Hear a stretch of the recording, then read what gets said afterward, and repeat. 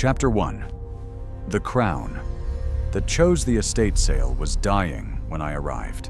Tables picked clean, boxes half empty, the kind of sad aftermath that follows when someone's entire life gets reduced to price tags and plastic bins. I shouldn't have come. I had exactly $43 in my checking account and a car that made ominous clicking sounds every time I turned left. But something had pulled me here to this crumbling Victorian mansion on the edge of Thornwood. Something I couldn't name. Maybe it was the need to feel normal again. To pretend I was just another 26-year-old woman browsing antiques on a Sunday afternoon, not someone running from a broken engagement and a family that had made it abundantly clear I'd never been enough. "Everything's half off now, dear," the elderly woman at the card table called out, her voice crackling like dried leaves. "We're closing in 20 minutes. I nodded and wandered past furniture too large for my studio apartment, past paintings of stern-faced ancestors who seemed to judge me even from within their frames. The house felt heavy, loaded with history and secrets that pressed against my skin like humidity before a storm. That's when I saw it. Tucked in the corner of what must have once been a library, sitting on a velvet cushion that had faded to the color of old wine, was a crown. Not a tiara. A crown.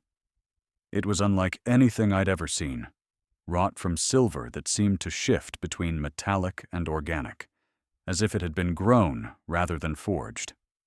Intricate wolves chased each other around the circlet, their eyes set with stones that caught the dying afternoon light and threw it back in shades of amber and gold. My fingers moved toward it before my brain could catch up. "Careful with that one," a voice said behind me, deep and rough as gravel. "It's been known to bite." I spun around, heart hammering, and found myself staring at a man who absolutely did not belong at an estate sale in small-town Oregon. He was tall, well over 6 feet, with shoulders that strained against a dark Henley. His hair was black and slightly too long, falling across a face that managed to be both beautiful and dangerous.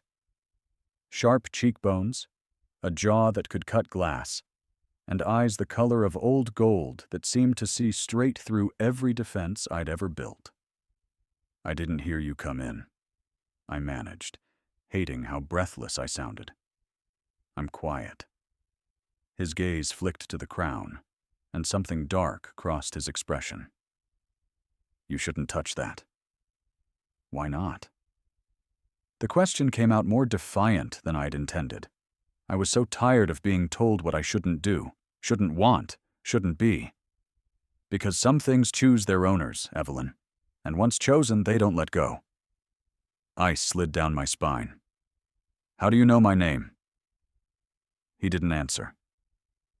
Instead, he moved closer, and I caught his scent. Pine and smoke and something wild, like the forest after rain. "Step away from the crown, please." But I was already, lifting it, the metal surprisingly warm against my palms. It was lighter than it looked, humming with a vibration I felt more than heard. The wolves seemed to move in my peripheral vision, circling, hunting. "Don't!" I placed it on my head. The world exploded into sensation. Heat rushed through me, starting at my temples and racing down my spine like wildfire. The crown tightened, silver tendrils wrapping around my skull, burrowing into my hair. I gasped and tried to pull it off, but it wouldn't budge. If anything, it settled deeper, fitting itself to me with terrifying precision. "Get it off!" I clawed at the metal, panic rising like bile in my throat. "Get it off me!" The man was there in an instant, his hands covering mine. His touch sent another shock through my system, this one different, electric and inevitable, like touching a live wire and not wanting to let go. "Stop! You'll hurt yourself!" "It won't come off!" My voice cracked. "Why won't it come off?"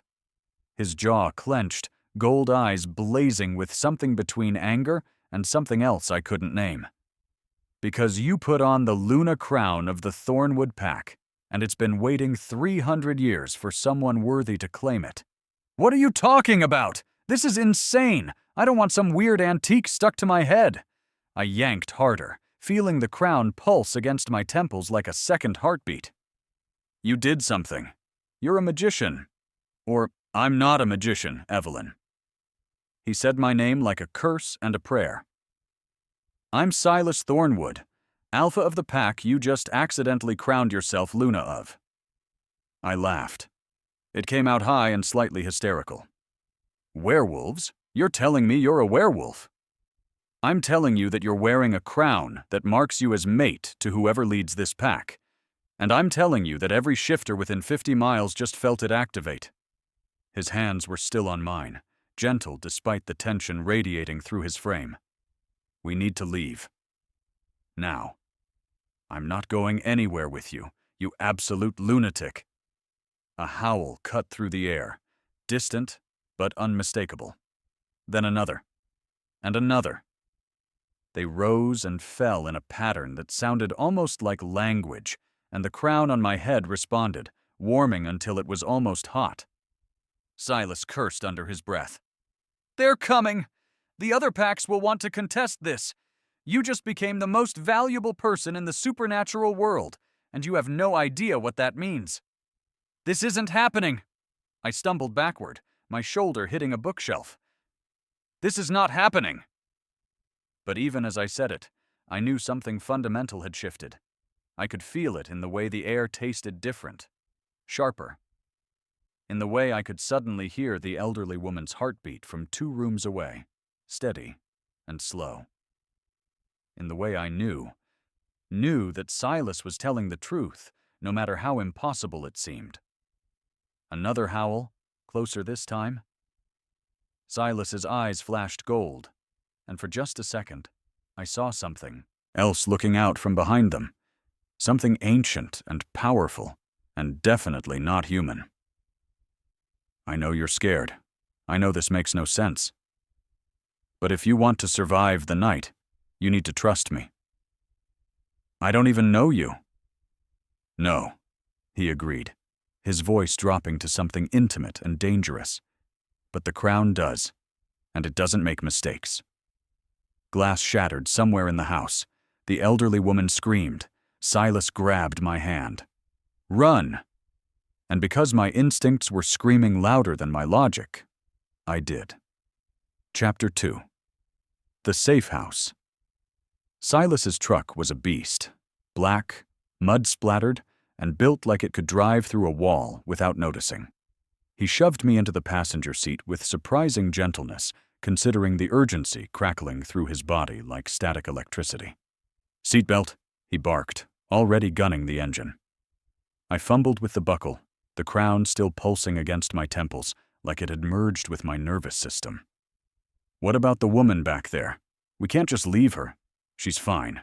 They're not interested in humans. He took a corner fast enough that I grabbed the door handle, tires screaming. They're interested in you. Through the rearview mirror, I watched 3 massive shapes emerge from the Victorian side yard. Not quite wolves, not quite men. Something in between, moving with fluid grace that made my stomach drop.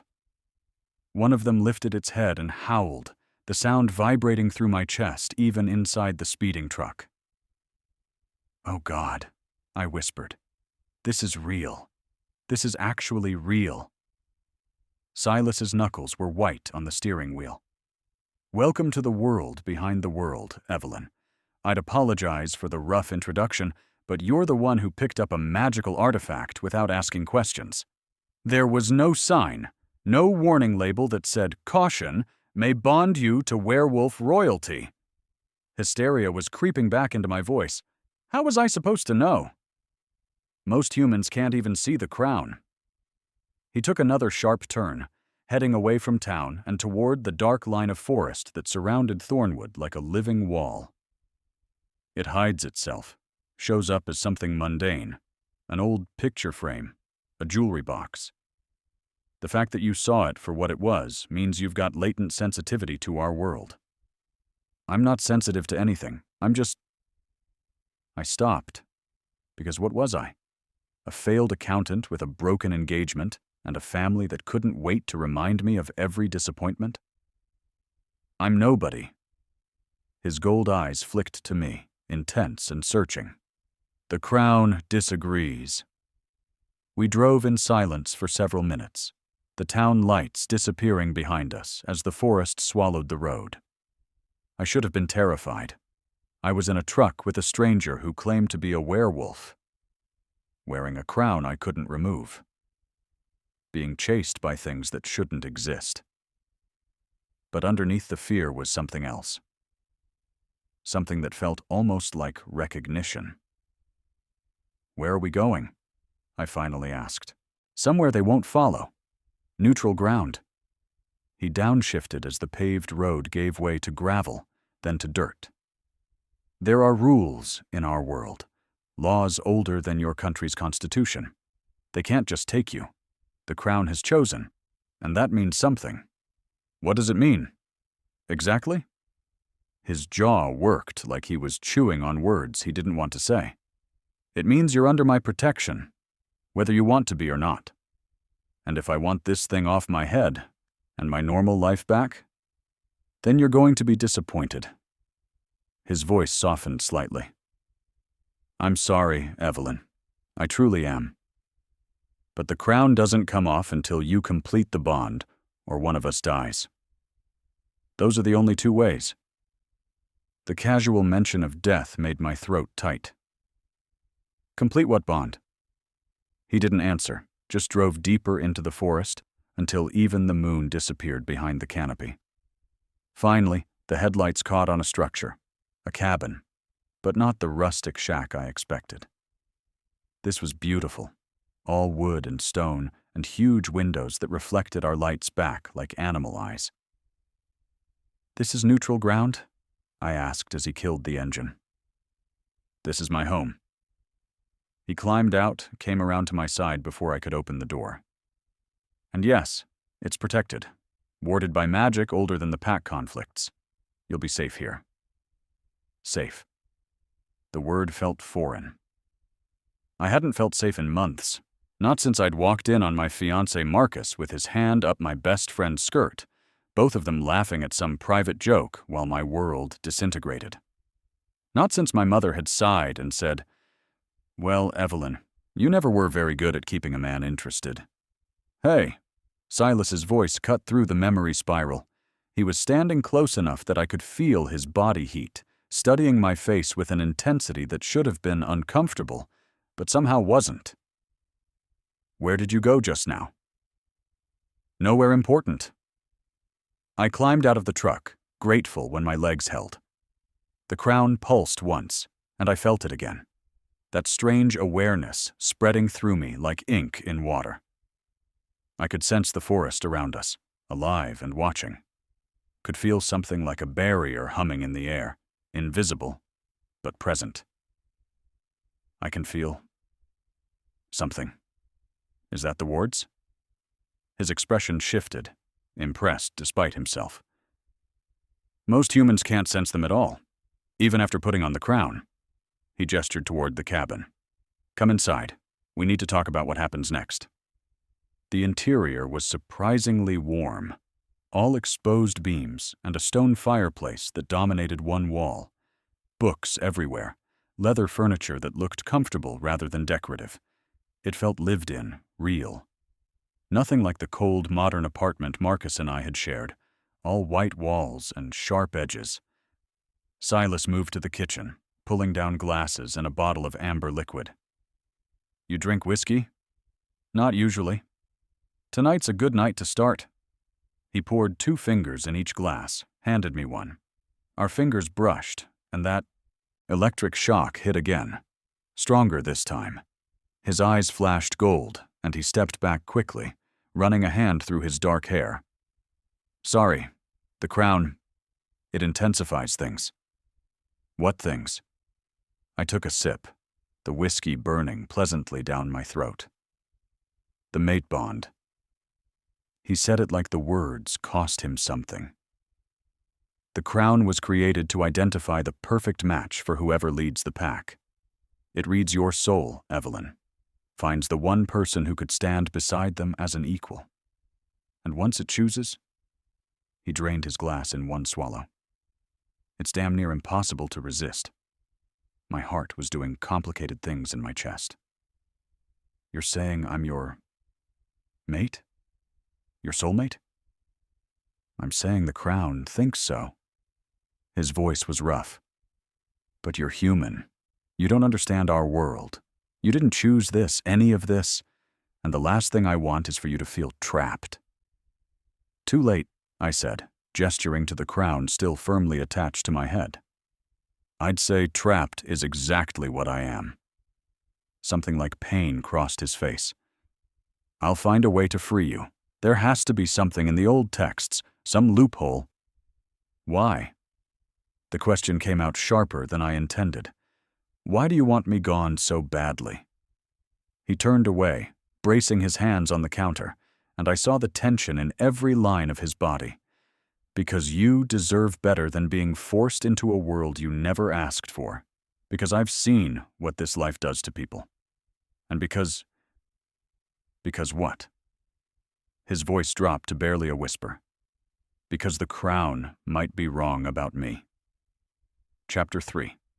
Wounds in the Moonlight. I set down my glass with a sharp click. Wrong about you how? Silas's shoulders tensed, still facing away from me. For a long moment, the only sound was the whisper of wind through the pines outside and the settling of the cabin's old bones. Then he turned, and the look in his gold eyes was so raw it made my breath catch. 3 years ago, I killed my father. The words hung in the air between us, heavy as stones. I should have been afraid. Should have been reaching for the door, crown or no crown. Instead, I found myself taking a step closer. Tell me why. His eyebrows lifted, surprise flickering across his features. You're not running. I'm wearing a magical crown that won't come off, being hunted by werewolves, and apparently soul-bonded to a man I met an hour ago. I crossed my arms. My capacity for shock has reached its limit. So tell me why you killed him. Something in his posture shifted, the defensive wall cracking just slightly. He moved to the fireplace, touching a hand to the mantel like he needed something solid to hold on to. My father was alpha before me. Strong, powerful, respected. He was also slowly going insane. Insane how? There's a sickness that can affect shifters, especially alphas who hold power too long. His fingers dug into the wood. It starts small, paranoia, aggression. But it grows, spreads like poison through the mind until you can't tell friend from enemy. Until you're seeing threats everywhere. He paused, jaw working. Until you're killing your own pack members for imagined betrayals. I thought of the weight of the crown on my head, the responsibility it represented. How many? 5. Before I stopped him. His voice was hollow. 5 wolves who trusted him, who followed him. Dead because I waited too long to act. Because I kept thinking he'd get better, that I could save him somehow. But you couldn't. No, I challenged him for leadership. It's our law, the only way to remove an alpha who's become dangerous. We fought, and I won. He finally looked at me, and the guilt in his eyes was a living thing. I tore out his throat while the pack watched. That's what your soulmate is, Evelyn. A patricide. A wolf who couldn't save his own father. The pain in his voice cracked something open in my chest. I knew that tone. That particular flavor of guilt that came from feeling like you should have been enough to fix something broken, but weren't. I'd carried it myself for years. My sister died when I was 19, I heard myself say. The words came out before I could stop them, pulled from that locked box I never opened. Overdose. I was the one who found her. Silas's eyes sharpened, focused entirely on me. She'd been struggling for years. Depression, anxiety, Things my parents pretended weren't happening because mental illness wasn't something their kind of people dealt with. The bitterness in my voice surprised me. I tried to help her. Tried so hard. But I was just a kid myself. And I didn't know what I was doing. The night she died, she'd called me. I was at a party, drunk, and I ignored it. My hands were shaking. I've spent 7 years wondering if I'd answered that call. If I'd been the sister she needed instead of the one I was, would she still be here? The silence stretched between us. But it wasn't uncomfortable. It was the silence of shared wounds, of recognizing your own scars in someone else's skin. You know what the worst part is?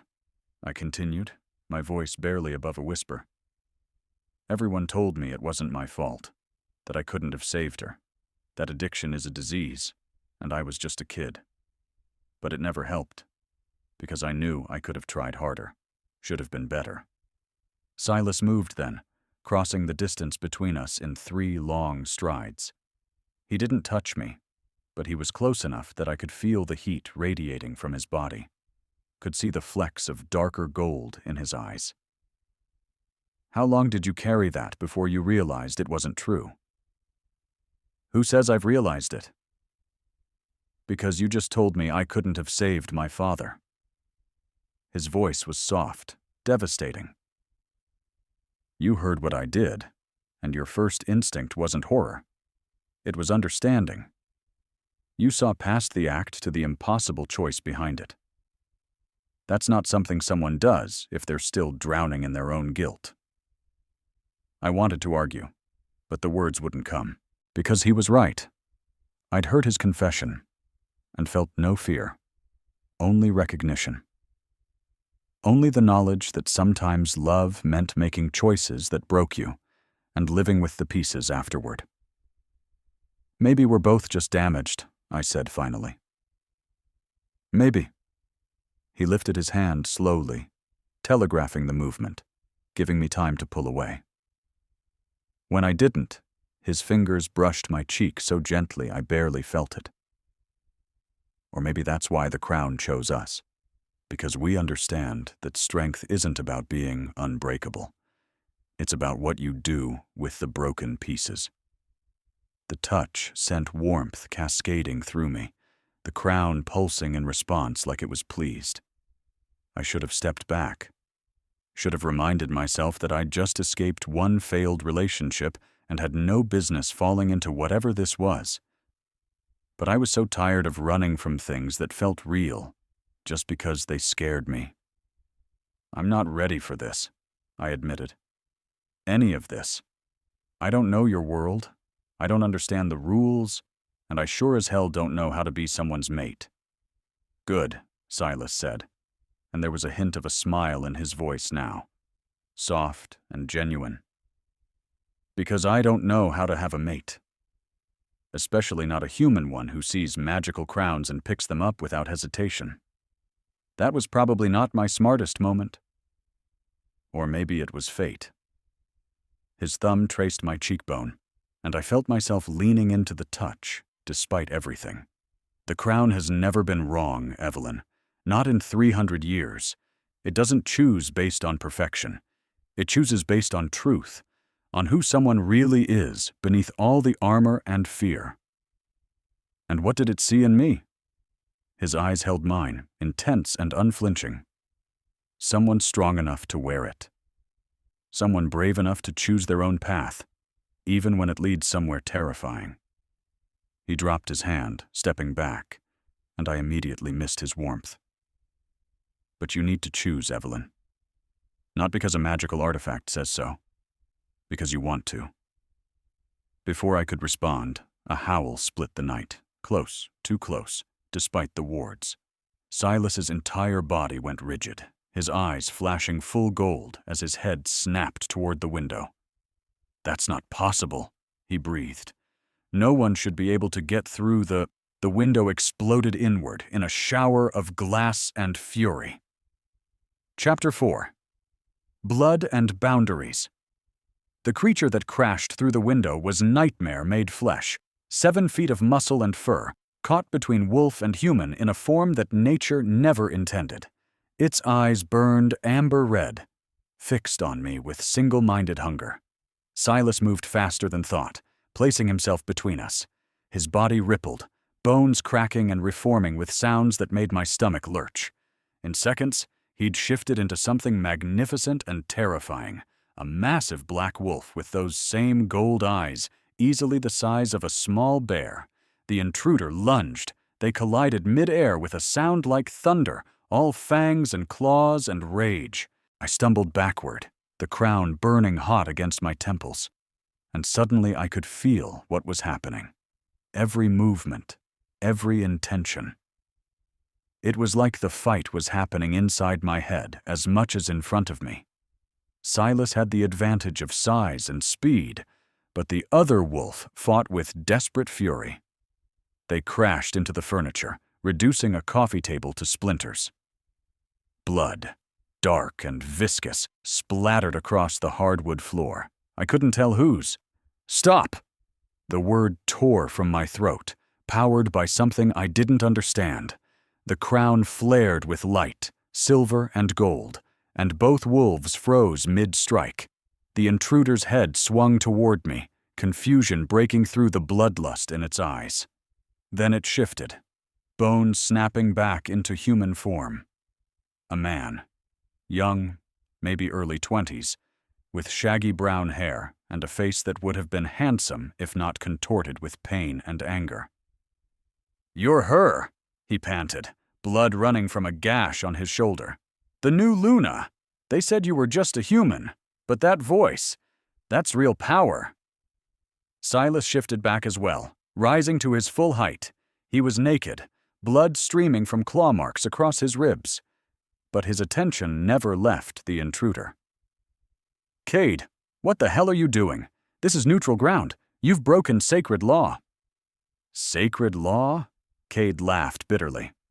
"You want to talk about law when you're hiding the Luna crown from the Pax? When you're keeping her for yourself instead of letting us challenge for the right?" "The crown chose," Silas growled. "There's no challenge. It's done. It chose a human." Cade's eyes flicked to me, something like desperation in them. "No offense, lady, but you don't understand what you've stepped into. The Pax are falling apart. We need a real Luna. Someone who knows our ways, who can unite." "You mean you need someone you can control?" Silas cut him off. "Someone weak enough to be a figurehead, while the pack leaders fight for dominance. That's not what the crown is for." The crown pulsed against my skull, and suddenly I understood something I shouldn't have known. "You lost someone," I said to Cade. The words came from somewhere deep, pulled from the same place that had commanded them to stop. "Recently. Someone important." Cade's face crumpled. "My sister. 2 weeks ago. Pack challenge that went wrong. Some wolves from the Iron Ridge territory decided they wanted our hunting grounds. She was trying to negotiate peace when they..." He swallowed hard. "If we'd had a Luna, someone to speak with authority across pack lines, maybe she'd still be alive." The pain in his voice was so raw it hurt to hear. I took a step forward, ignoring Silas's warning growl. "I'm sorry. Truly, but killing me or taking the crown by force, you think that would honor her memory? I wasn't going to kill you." Cade looked away, shame creeping into his expression. I needed to see if the rumors were true, if Silas was really hiding you here." He met Silas's eyes. "The other packs are planning something. Marcus Ironridge is gathering allies, claiming the crown's choice is invalid because she's human. They're talking about war, Silas. Real war, not just territory disputes." Silas was quiet for a long moment, his hand pressed against his bleeding ribs. Finally, he moved to a chest against the wall and pulled out clothes, dressing with efficient movements. "How long do we have?" "Days, maybe a week." Cade glanced at me again.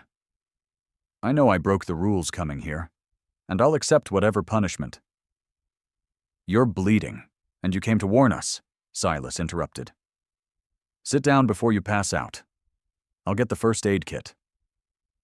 The casual kindness in his voice surprised me, but Cade looked like he'd expected nothing less. He sank onto the couch with a grateful nod, still eyeing me with cautious curiosity. You really can't take it off? I shook my head, moving closer. The crown's heat had settled back to a gentle warmth, and I could feel its approval somehow, like it was pleased I'd stopped the fight instead of letting them tear each other apart. Believe me, I've tried. That's actually pretty amazing. A hint of a smile crossed Cade's face. You stopped 2 shifters mid-fight with just your voice. Most humans would have been huddled in a corner screaming.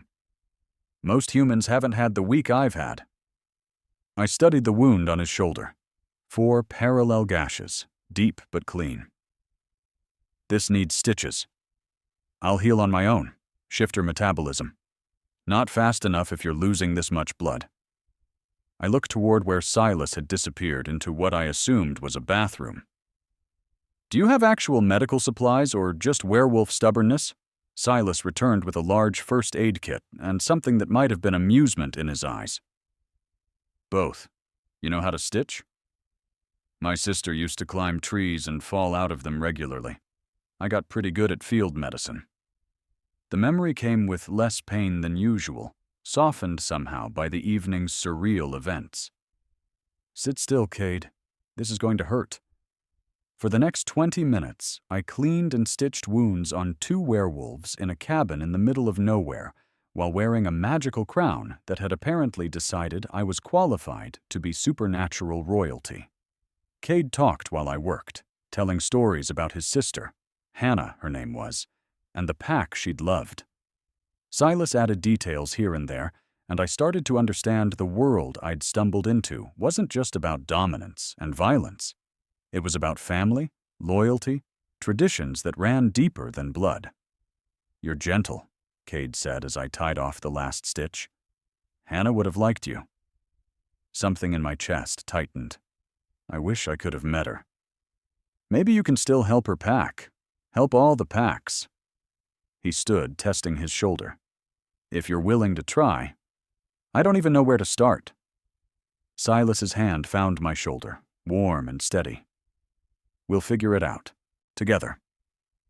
Then his expression hardened as he looked at Cade. You need to go. Now. Before the wards register you as a real threat and I can't protect you. Cade nodded, heading for the shattered window. He paused at the threshold, looking back. For what it's worth, Alpha, I think the Crown chose right. She's got something none of us expected. What's that? Hope. He shifted smoothly and leapt into the darkness, leaving us alone with the wreckage and the weight of everything that was coming. Chapter 5. Truths in the Dark. After Cade disappeared into the forest, silence settled over the cabin like snow. I stood amid the wreckage, shattered glass, splintered furniture, blood drying on the hardwood, and felt the adrenaline draining from my system, leaving my hands trembling. You should sit down, Silas said quietly, already moving to board up the broken window with practiced efficiency. The shock will hit soon. I'm fine. But my voice shook, betraying the lie. He turned to look at me, really look at me, and something in his expression made my breath catch.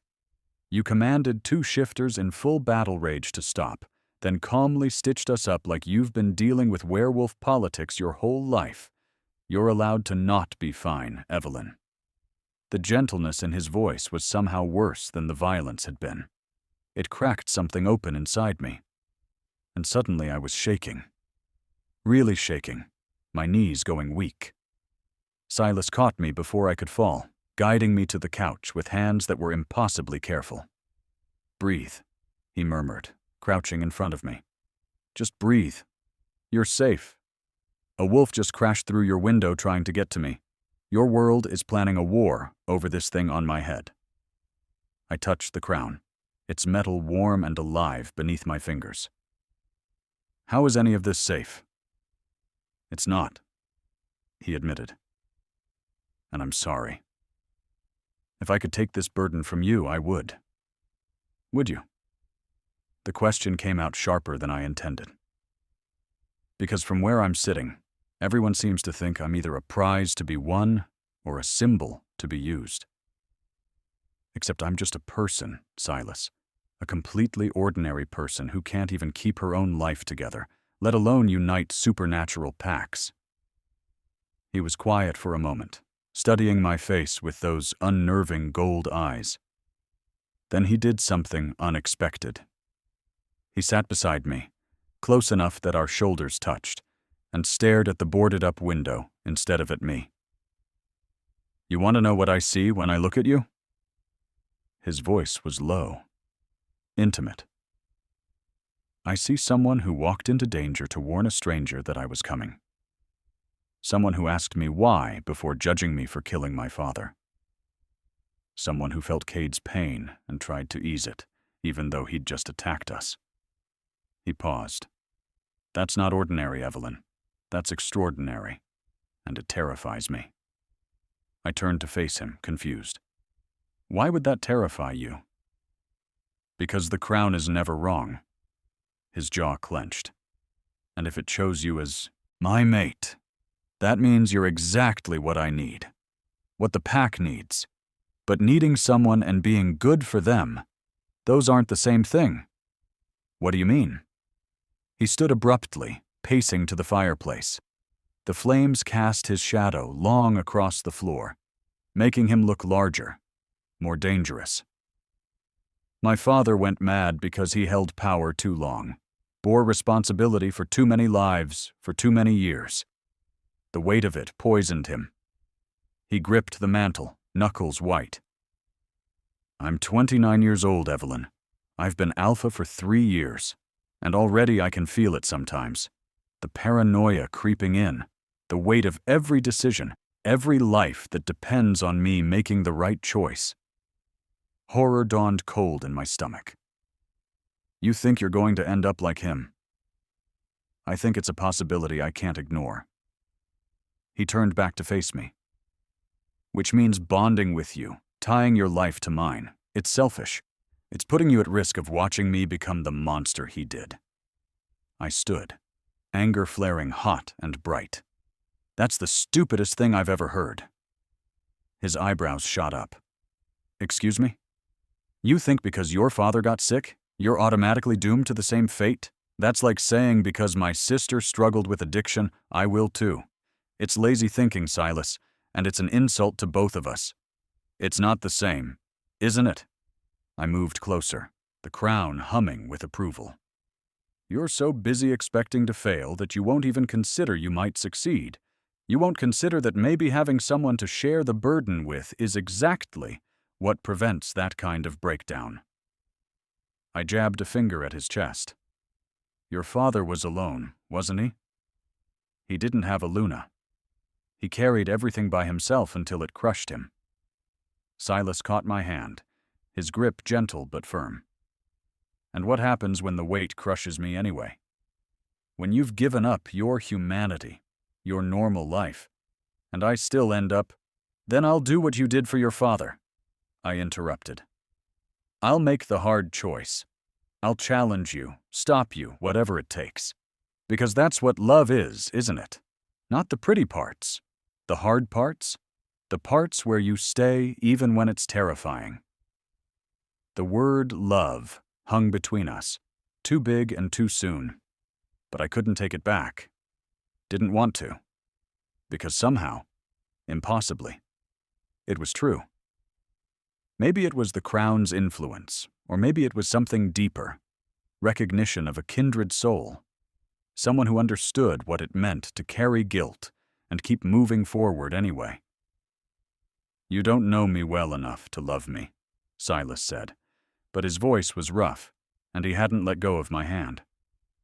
Maybe not, but I know enough to want to try. I met his eyes steadily. I know you're honorable enough to kill your own father to save your pack. I know you're kind enough to forgive Cade for breaking sacred law because he was grieving. I know you're strong enough to admit your fears instead of hiding behind false bravado. I squeezed his hand. That's more than I knew about Marcus after 2 years together, and I almost married him. Marcus. Something dark flashed across his face. Your ex-fiancé? Ex-cheater, ex-liar, ex-everything. I tried to sound dismissive, but old hurt crept into my voice. He's not important. He hurt you. It wasn't a question. Silas moved closer, his free hand coming up to cup my cheek with devastating gentleness. The touch sent electricity racing through me, the crown warming in response. And I saw his eyes flash gold.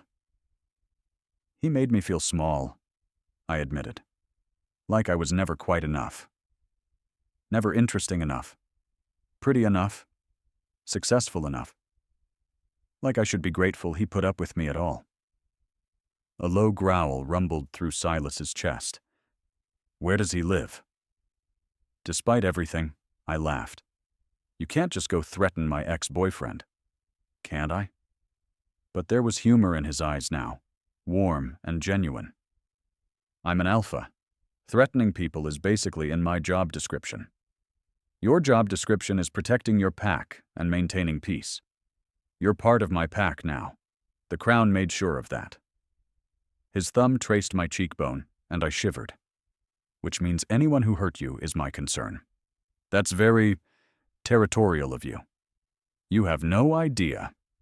His voice dropped to something rough and intimate. The crown chose you as mine, Evelyn, and wolves mate for life. Chapter 6. The Bond Awakens. The weight of his words settled over us like a physical thing. Mate for life. I should have pulled away, should have reminded myself that I'd known this man for less than a day.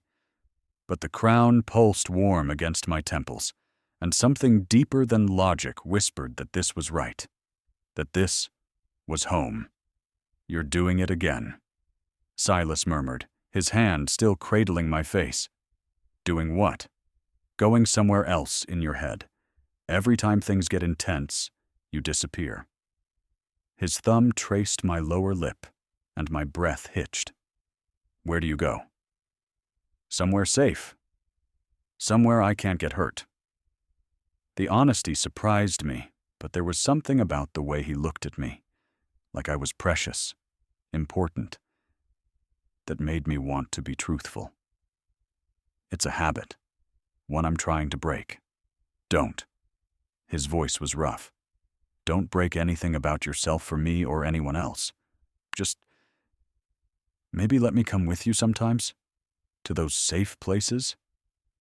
My heart did something complicated in my chest. Marcus had never asked about my fears, my safe spaces. He'd just gotten frustrated when I withdrew, accused me of being cold, distant. But Silas was offering to meet me in my shadows, instead of demanding I live in his light. I'd like that, I whispered. He leaned closer, and I thought he might kiss me. Every nerve in my body was screaming for it, the crown practically vibrating with approval. But instead, he rested his forehead against mine, breathing me in like I was something essential. I need to tell you something, he said quietly. About the bond. About what completing it means. Okay? If we complete the mating bond, if we choose each other fully, you won't be entirely human anymore. His eyes searched mine. You won't shift, won't become a wolf, but you'll live as long as I do. Heal faster. Be able to sense pack emotions, maybe even communicate telepathically with me. The crown is already changing you, preparing you. But the final step. He pulled back slightly. It's permanent, Evelyn. There's no going back. How do we complete it? His eyes flashed gold. The traditional way involves marking, a bite that carries intent, magic, claim. It needs to be mutual, willing, and it needs to happen during... He cleared his throat. Intimacy. Heat flooded my face. Oh. A smile tugged at his lips despite the serious conversation. Yeah, Oh. Then the smile faded. But there's something else. Something I haven't told you because I wasn't sure how, and I'm still not sure you'll understand. Dread coiled in my stomach. What is it? He moved away, putting distance between us, and I hated the loss of his warmth. The reason my father went mad, it wasn't just the weight of leadership. It was because he never found his mate. The crown's been in our family for generations, passed down through the Alpha line, but it never chose anyone. Not for my grandfather, not for my father. It just waited. He turned back, anguish clear in his face. Alphas are stronger with their mates, more stable, more human. Without that bond, the wolf starts to take over. Slowly at first, then faster, until there's nothing left but instinct and rage. Understanding crashed over me. That's why you're so afraid, because you've been leading alone, and you're worried you're already too far gone. I have nightmares, he admitted, his voice barely audible. Dreams where I'm hunting pack members, where I can't tell friend from prey. I wake up, and for a few seconds, I don't remember who I am. Just what I am. His hands clenched into fists. It's getting worse, more frequent. And now you're here, offering me salvation, and all I can think is that I don't deserve it, that I've already waited too long. I crossed the room in 3 strides and grabbed his face, forcing him to look at me. Stop. Stop punishing yourself for things that haven't happened yet. You're not your father, Silas. You're not alone anymore. Evelyn, no, listen to me. The crown flared with heat, and words poured out of me that felt both mine and not mine, ancient and new. The crown chose me because I'm strong enough to stand beside you, because I understand darkness and guilt and the weight of choices that leave scars. We match, Silas. Not despite our broken pieces, but because of them. His hands came up to cover mine, his eyes blazing gold and so full of desperate hope it hurt to see. You don't know what you're saying. The bond, the responsibility, the danger. I'm wearing a crown that won't come off, being hunted by rival packs, and apparently destined to help prevent a supernatural war. I think I've got a pretty good grasp on the danger. I softened my voice. And as for responsibility, I've spent 7 years running from it. From my sister's death, from my parents' disappointment, from relationships that demanded I be someone I wasn't. Maybe it's time I stopped running and chose something for myself. Chose what? You. This. Whatever comes next. I smiled, and it felt real, felt right. I'm terrified, and I have no idea what I'm doing. But for the first time in years, I feel like I'm exactly where I'm supposed to be. Silas made a sound low in his throat, half growl, half groan. You're going to destroy me, or save you. I pulled his face down to mine. There's only one way to find out. This time, he did kiss me. And it was nothing like kissing Marcus had been, hesitant and careful, always worried about doing something wrong.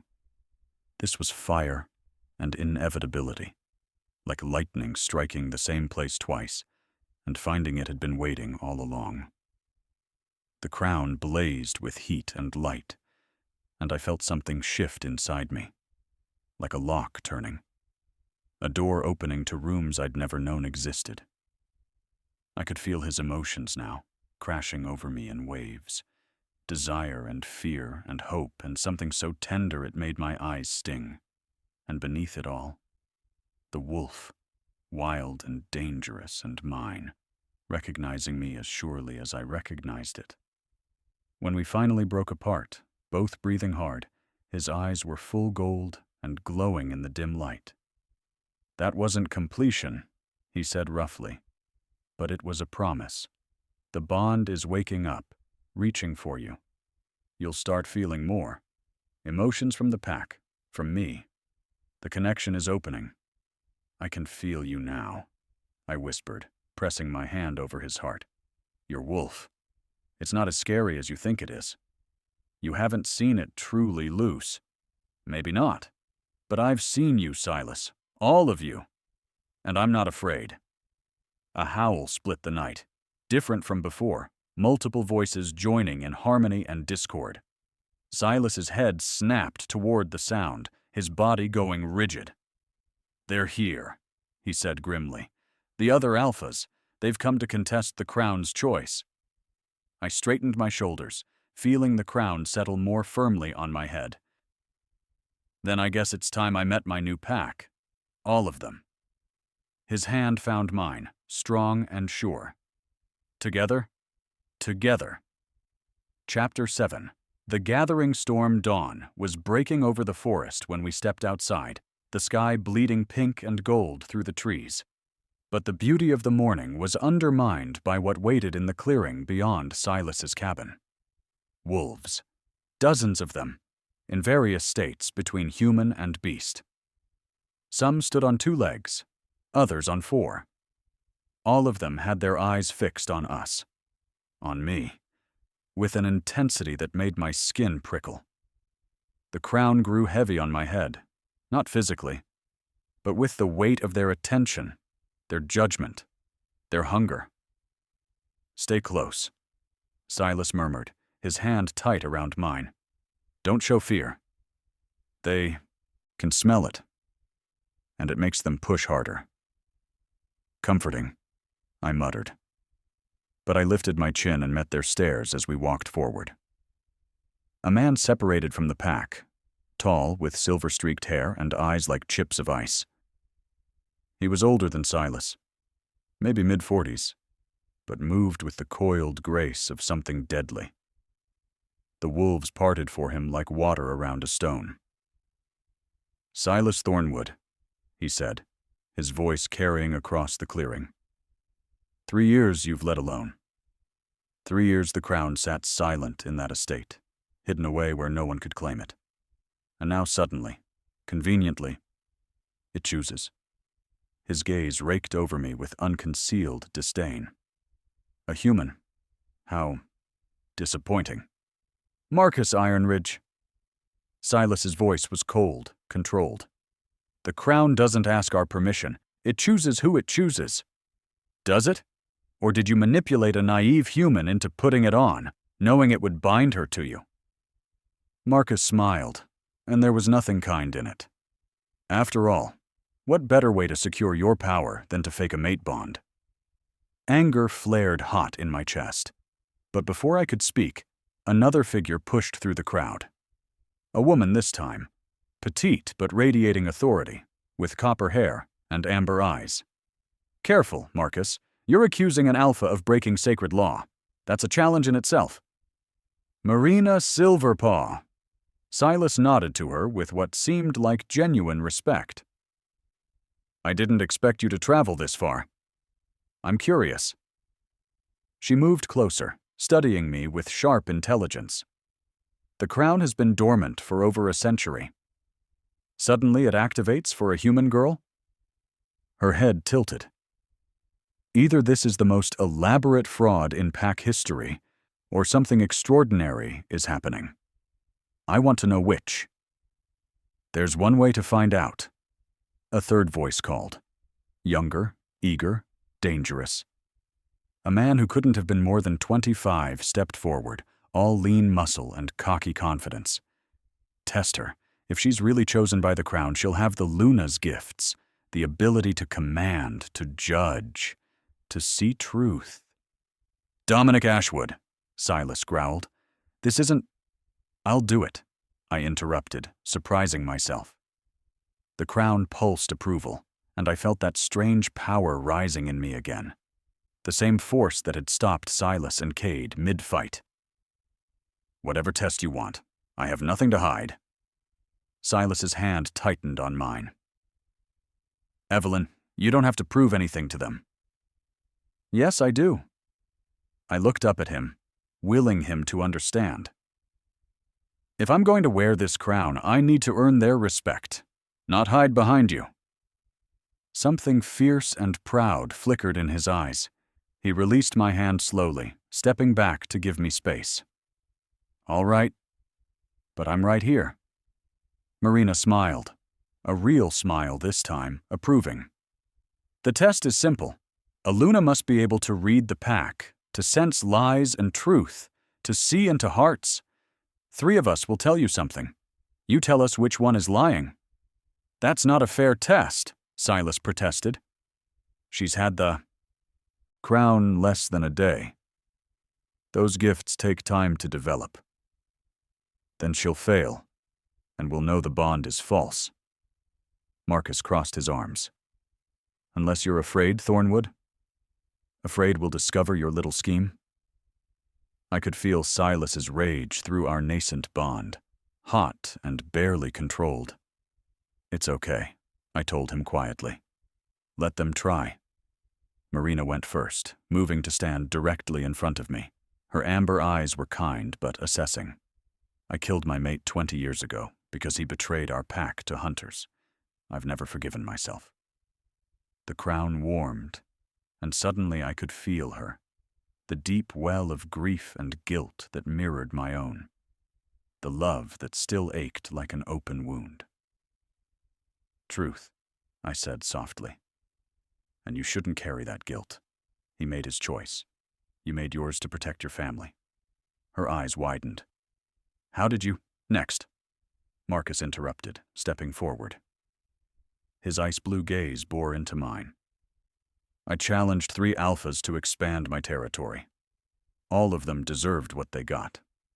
I felt nothing. No emotion, no resonance, just cold calculation and pride. But was that a lie? I reached deeper, the way I had with Marina, and found something hidden beneath the arrogance. A flicker of doubt, of shame quickly buried. Lie, you killed them. But at least one of them didn't deserve it. And you know it." Marcus's face went stone still. Around us the wolves stirred, whispers rippling through the crowd. Dominic practically bounced forward, energy crackling around him. "My turn. I'm planning to challenge Silas for pack leadership, because I think I'd be a better alpha." This one was trickier. I could feel his ambition, bright and burning. That was true. But underneath, half-truth. You do want to be alpha, but not because you think you'd be better. You want to prove something to your father. I met his eyes. "He doesn't think you're strong enough. You've been trying to earn his approval your whole life." The cocky mask cracked. Dominic's face went red, then pale. How could you possibly?" "The crown knows," Marina said, wonder in her voice. "She truly has the gift. In less than a day, she can read us like none of the pretender Lunas ever could." "It could still be a trick," Marcus insisted, but he sounded less certain now. "Some kind of magic Silas taught her." "Enough." The word came from me, but it wasn't entirely my voice. The crown blazed with silver light, and power rolled off me in waves that made every wolf in the clearing drop their eyes in submission. I didn't ask for this. I didn't want to be your Luna, or step into a world I don't understand. But the crown chose me, and I'm beginning to understand why. I turned slowly, meeting as many eyes as I could. "You're all so busy fighting each other, proving dominance, protecting territory, that you've forgotten what packs are supposed to be. You've forgotten family, community, the strength that comes from standing together instead of alone." My voice softened. "I lost my sister because I was too proud to ask for help, too scared to admit I was drowning. I won't let these packs make the same mistake." Silence fell over the clearing, heavy and complete. Then Marina Silverpaw dropped to one knee. "I accept the crown's choice. Welcome, Luna." One by one, others began to follow. Not all. Marcus remained standing, fury in his eyes. But enough. Enough to matter. Silas's hand found mine again, and through our bond, I felt his pride, his awe, his love crashing over me like a wave. "This isn't over," Marcus said coldly. "A pretty speech doesn't change what she is, human, weak, unworthy." "Then challenge me," I said, surprising everyone, including myself. "Isn't that your way? If you think I'm unworthy, prove it." His smile was all teeth. "Careful what you wish for, little human. You might just get it." Chapter 8. The Challenge. "Evelyn, no." Silas's voice was low and dangerous. "You don't know what you're asking." "I know exactly what I'm asking." I kept my eyes on Marcus, feeling the crown's power thrumming through my veins. "He wants to prove I'm unworthy? Let him try." Marcus's smile widened, predatory and pleased. "The human has teeth, after all. I accept your challenge, little Luna, but understand, this isn't some symbolic gesture. If you lose, you forfeit the crown. It will release you, and we'll start over with a proper selection." "And if I win?" "Then I'll bend the knee. My pack will recognize your authority." He paused, letting the weight of that sink in. "But you won't win." Challenges aren't won with pretty words and borrowed power. They're won with strength, cunning, and will, things humans simply don't possess. "What are the terms?" Marina asked, moving to stand beside me. "She's untrained, Marcus. Newly chosen. There are rules about fair challenges." "I'm not proposing combat." Marcus's ice-blue eyes glittered. "Even I wouldn't stoop to slaughtering someone so obviously outmatched." "No, the challenge will be one of leadership, of judgment." He gestured to the assembled wolves. 3 disputes, real conflicts between pack members that have gone unresolved. She judges them, makes her ruling. If her decisions show wisdom and strength, if the parties accept her authority, she wins. If she fails even once. He shrugged. "The crown will know she's unworthy." Silas moved between us, his body tense. "This is manipulation. You'll choose disputes designed to make her fail." "I'll choose disputes that have been brought before the council and remained deadlocked for months," Marcus interrupted. "Marina and Dominic can verify their authenticity. Nothing fabricated, nothing staged, just real problems that need real solutions." His gaze slid back to me. "Unless the Luna is afraid of actual leadership?" The challenge in his voice made my blood sing. This was a trap. I could see it in his satisfied expression, feel it in the way some of the wolves were already watching me with pity. But it was also an opportunity. A chance to prove I wasn't just a human who'd stumbled into magic I didn't understand. "I accept," I said clearly. 3 disputes, your choice. Let's begin." Through our bond, I felt Silas's mixture of pride and terror. His hand found the small of my back, steadying. "You don't have to do this," he murmured for my ears only. "Yes, I do." I looked up at him, seeing past the alpha to the man beneath, the one who'd carried too much alone for too long. "Trust me. Trust the crown's choice." Something in his face softened. "I do trust you. It's them I don't trust." Marina clapped her hands once, sharp and commanding. "Clear the center. All parties involved in the disputes, step forward. Everyone else, bear witness in silence. This is sacred ground now. Luna's judgment." The wolves rearranged themselves, creating a circle with me at the center. The crown grew heavier, not physically, but spiritually. And I understood this was its true purpose, not decoration or symbol, but conduit. It was opening me to the pack's emotions, their truths, their needs. "First dispute," Marcus announced. "Thomas Blackpaw and Jennifer Riverside, blood-bound mates, both from the Thornwood pack. Thomas was injured in a hunt 6 months ago, lost his wolf permanently, can no longer shift. Jennifer wants to break their bond and find a new mate. Thomas refuses." 2 figures stepped into the circle. Thomas was probably in his early 30s, but looked older, gaunt and hollow-eyed. The ghost of what he'd been. Jennifer was younger, maybe mid-20s, beautiful and vital, and radiating barely contained frustration. "Luna," Jennifer said, her voice tight. "I love Thomas, I do, but he's not a wolf anymore. The bond is broken on a fundamental level. I can't feel him through the pack link. Can't share the moon with him. I'm slowly dying being tied to someone who's essentially human now." Her eyes pleaded. "I just want to be free." Thomas flinched like she'd struck him. "I didn't choose this. I saved her brother in that hunt. Took the wounds that would have killed him. And this is my reward? Being discarded like I'm nothing?" The pain radiating from both of them was overwhelming. I could feel Jennifer's suffocation, her wolf pacing and desperate for a connection that was no longer there.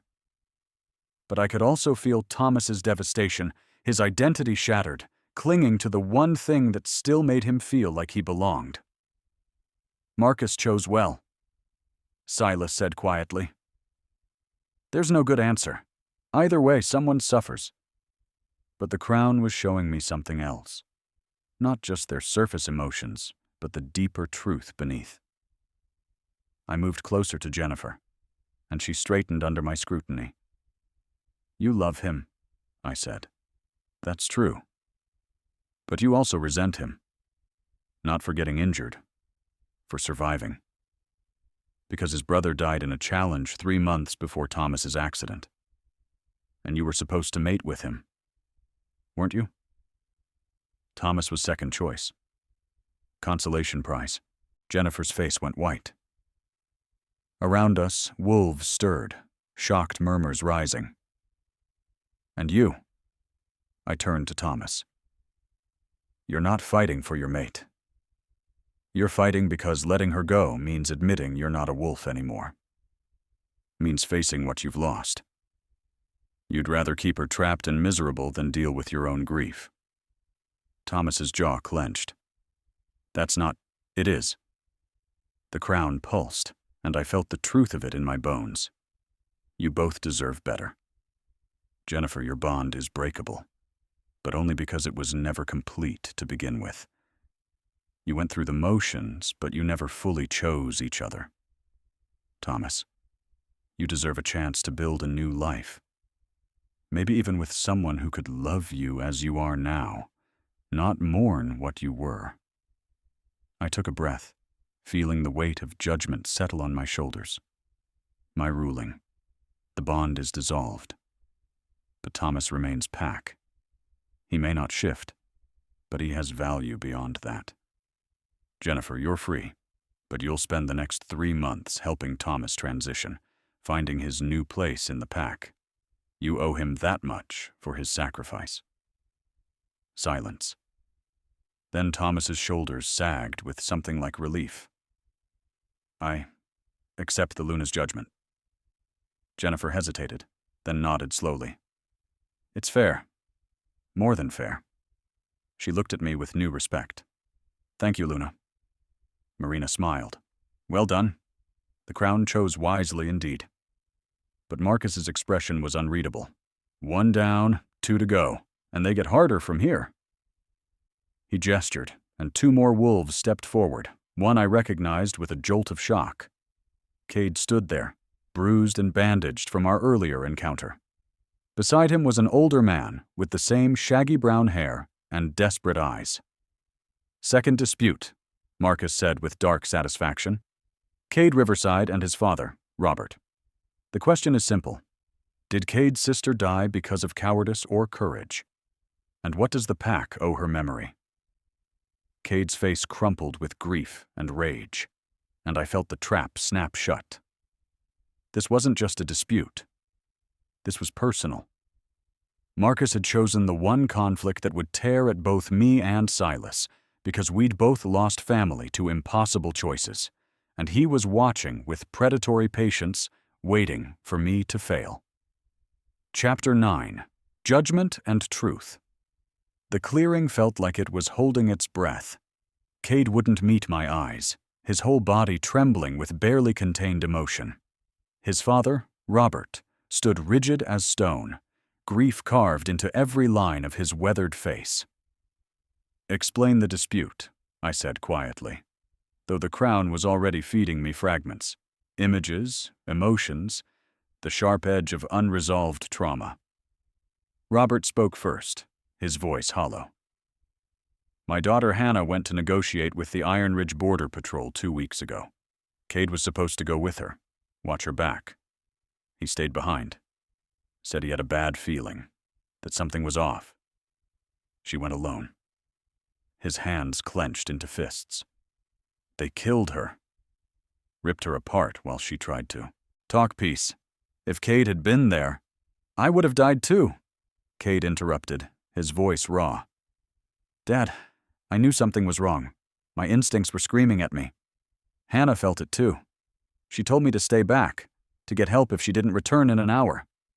You let your sister walk into a massacre. She ordered me to stay. She was senior pack member. I was barely 2 years shifted. I had to obey." Cade's voice cracked. "You think I don't see her every time I close my eyes? You think I don't wish I'd gone anyway, died beside her instead of living with this?" The pain between them was a living thing, caustic and consuming.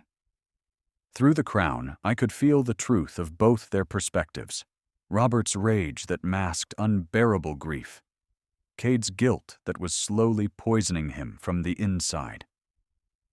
"Marcus," I said without looking at him, "why is this before me? What's the actual dispute?" "Robert wants Cade expelled from the pack for cowardice. Cade wants his father's forgiveness, and his sister honored as a hero who saved his life." Marcus's voice was smooth as silk. Both want validation that their pain is justified. Both want someone else to blame. "What's your judgment, Luna?" I felt Silas tense beside me, felt his certainty that this was designed to be unsolvable. Honor one, you dishonor the other. Take either side completely, and you split the pack. It was brilliant and cruel. But the crown was showing me something Marcus hadn't counted on. A third truth beneath the obvious ones. I moved to stand directly between father and son, feeling their anguish wash over me. "Robert, look at me!" I waited until his grief-stricken eyes met mine. "You don't really believe Cade is a coward. That's not what this is about. He let her die. He followed her orders. You know that. You know Hannah was smart, careful, that she wouldn't have sent him away unless she thought it was right." I softened my voice. "This isn't about Cade's choices. It's about yours. You're the one who sent them both to that border. You're the senior tracker. It was your call to attempt negotiation instead of waiting for Alpha backup. And you're terrified that Hannah's death is your fault, so you're trying to make it his." Robert's face crumpled. I thought we could avoid bloodshed. I thought I was being wise." "You were," I said firmly. "Peace should always be attempted first. You made the right call with the information you had. But the Iron Ridge Wolves who killed Hannah, they were acting outside their Alpha's orders, weren't they? They were rogues, operating independently. No one could have predicted they'd be there." Through the bond, I felt Silas's sharp attention. This was apparently news to him. "How did you know that?" Marcus's voice had lost some of its satisfaction. "The crown knows. It sees truth." I turned to Cade. "And you've been carrying guilt that isn't yours. Your instinct saved your life. Hannah's order saved your life. Neither of those. Things make you a coward. They make you a survivor. But you've been so busy punishing yourself that you haven't let yourself grieve her properly." Cade's face was wet with tears. "I should have done something. Anything. You did. You came to warn us about the gathering conflict. You're trying to prevent other sisters, other pack members from dying the same way." I looked between father and son. Hannah's death was a tragedy, but it wasn't anyone's fault, except the wolves who killed her. And they're dead now, aren't they? Silas hunted them down personally. Silas nodded once, his voice rough. Within 3 days, all 4 of them. That's why tensions with Iron Ridge escalated. They claimed I violated their territory. You protected your pack, as you should have. I took a breath, feeling the weight of judgment again. My ruling, Cade stays in the pack with honor. Robert, you will undergo grief counseling with the pack elder. You'll both attend, together, and learn to talk about Hannah without destroying each other. Her death will be marked as heroic sacrifice. She died trying to build peace. And her name will be remembered. I paused, then added quietly. And Robert, tell your son you love him. Tell him before the guilt eats you both alive. Because I lost my sister without ever getting to say the things that mattered. And I promise you, that regret is worse than any other pain. The clearing was utterly silent. Then Robert moved, pulling Cade into a fierce embrace. Both of them shook with sobs, years of unspoken grief finally breaking free. Around us, wolves looked away, giving them privacy, but I could feel the emotional shift in the pack. Approval. Relief. Recognition. 2 for 2, Marina said, her voice carrying clear admiration. The Luna sees true. Marcus, perhaps you should reconsider. There's still one more dispute. Marcus's face was impassive, but I could feel his frustration through the crown's expanded awareness. And this one, she won't be able to judge fairly, because it involves her mate directly. Silas went very still beside me. What are you talking about? The final dispute, Marcus said, his smile returning like a blade, is whether Silas Thornwood should remain alpha of his pack at all. Whether his 3-year rule without a Luna, his increasing instability, his father's madness, whether all of it means he's unfit to lead. And the challenge comes from within his own pack. A figure stepped forward from the assembled wolves, and my heart sank. It was an older woman, gray-haired and dignified, with Silas's gold eyes and sharp cheekbones. Mother, Silas breathed, and I heard the betrayal in his voice. I'm sorry, my son, she said, and tears tracked down her face. But I've watched you deteriorating for months. The nightmares, the paranoia, the weight crushing you. I love you too much to watch you become your father. If this human Luna can't see that you need to step down before it's too late, then she's not worthy of that crown. And if she does see it, her voice broke, then she'll have to choose between you and the pack, between love and duty. Marcus's smile was triumphant. So, Luna, what's your judgment? Does your mate keep his power, or does he step down for his own good?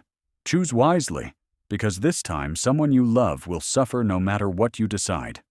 The crown burned hot against my temples, and through our bond, I felt Silas's anguish, his fear, his certainty that this was the moment I'd realize he was right all along, that he was too broken, too dangerous, too much like his father to deserve either the pack or me. And I had to find an answer that would save him without destroying everything we'd built. Chapter 10. The Luna's Choice. The weight of every eye in the clearing pressed down on me. The crown blazed so hot I could barely think, flooding me with emotions from all sides. Silas's devastation, his mother's desperate love, Marcus's predatory satisfaction, the pack's uncertainty and fear. This was the trap within the trap. The question designed to prove I was too human, too new, too compromised to lead. But Marcus had made one critical mistake.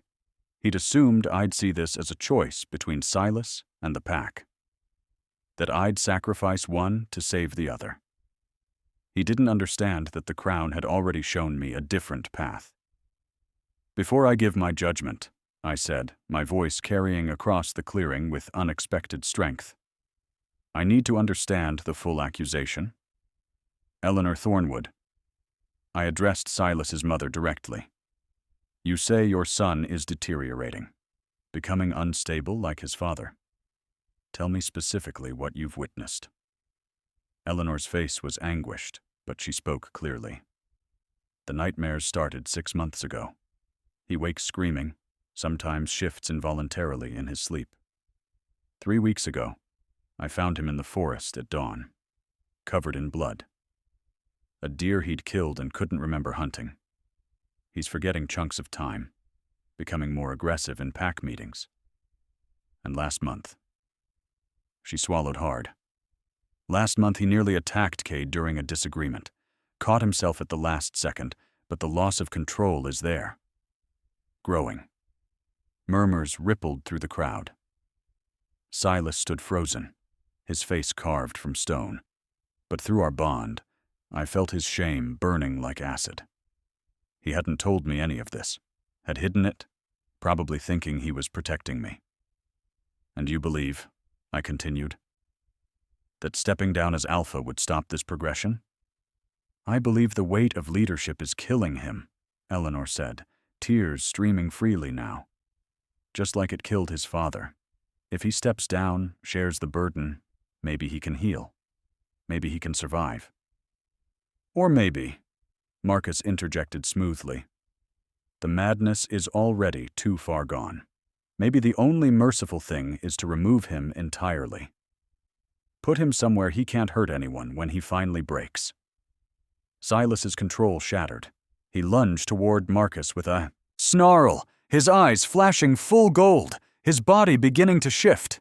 And I felt it through the bond, the wolf rising, hungry and wild and ready to tear Marcus apart, the human consciousness slipping away into instinct and rage. "Silas!" The word cracked like thunder, powered by the crown and something deeper, the mate bond snapping fully into place, anchoring him to me with silver threads of pure will. "Stop! Come back to me, now!" He froze mid-shift, caught between forms, every muscle trembling with the effort of pulling back from the edge. His gold eyes found mine, and I saw the terror there. Terror of what he'd almost done, what he was becoming, what he might do to me if he lost control completely. "Come here," I said more softly, holding out my hand. "Please." For a moment I thought he'd refuse, thought his pride or his shame would keep him away. But then he was moving toward me, shifting fully back to human form, and when his hand took mine, I felt him shaking. "I'm sorry," he whispered, so quietly only I could hear. "You should have known. Should have been warned what you were binding yourself to." "Hush."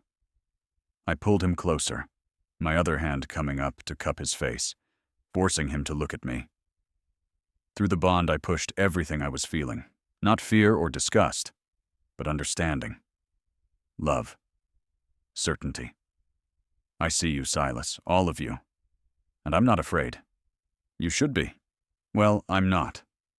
I turned to address the assembled pack, keeping my hand locked with his. "I've heard the accusation. Now hear my judgment." The clearing fell silent, waiting. Eleanor Thornwood speaks from love, and I honor that. Marcus Ironridge speaks from ambition, and I dismiss it. But both of them are asking the wrong question. I let power flow through my voice, the crown amplifying it until every wolf could feel the truth of my words in their bones. The question isn't whether Silas should step down, it's why he's deteriorating in the first place.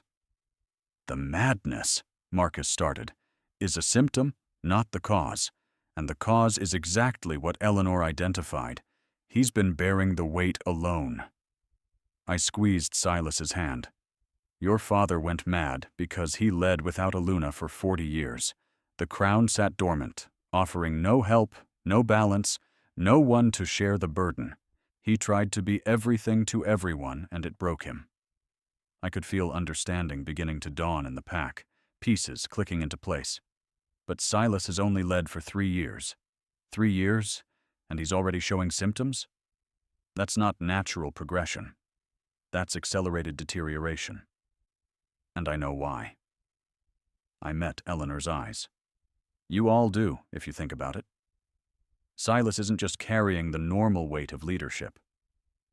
He's carrying guilt for killing his father, grief for the pack members who died, fear that he'll become the same monster. And on top of all that, he's been alpha during a time of unprecedented interpack conflict, with no Luna to help mediate, no mate to stabilize his wolf. Let the weight of that sink in. You haven't been watching him go mad. You've been watching him slowly crush himself under an impossible burden while refusing to ask for help. So what's your solution? Marcus challenged. Make him keep leading and hope the pretty human can fix him? No. I turned to Silas, and through the bond, I let him feel what I was about to do. Let him know I understood the risk, and was taking it anyway. My solution is this. Silas remains alpha, but he's not alone anymore. I complete the mate bond, tonight, right now, and I take my place as Luna not just in name, but in truth, sharing his power, his burden, his responsibility, the way it was always meant to be. Gasps rippled through the crowd. Silas's eyes went wide with shock. Evelyn, you can't. The bond, the transformation, you don't know what you're offering. I know exactly what I'm offering. I held his gaze steadily. I'm offering partnership. Trust. The thing neither of us has ever really had. Someone to carry the weight with us instead of for us. Your father went mad alone. You won't because I won't let you. That's my judgment, and it's final. The bond must be completed willingly, Marina called out, her voice touched with awe. Both parties must choose freely. Silas Thornwood, do you accept your Luna's offer? Every instinct in Silas's expression warred with hope. The fear of hurting me, of trapping me, of failing me the way he'd failed his father. But underneath it all, I felt his desperate need for exactly what I was offering. Not to be saved, but to be seen. To not be alone. Yes, he said, his voice rough and reverent. God, yes, if you're sure. I'm sure. I smiled up at him, feeling the crown's joy singing through me. I've never been more sure of anything. Then we have a problem, Marcus said coldly, because I haven't accepted your judgment, and without unanimous agreement from the council, the challenge stands.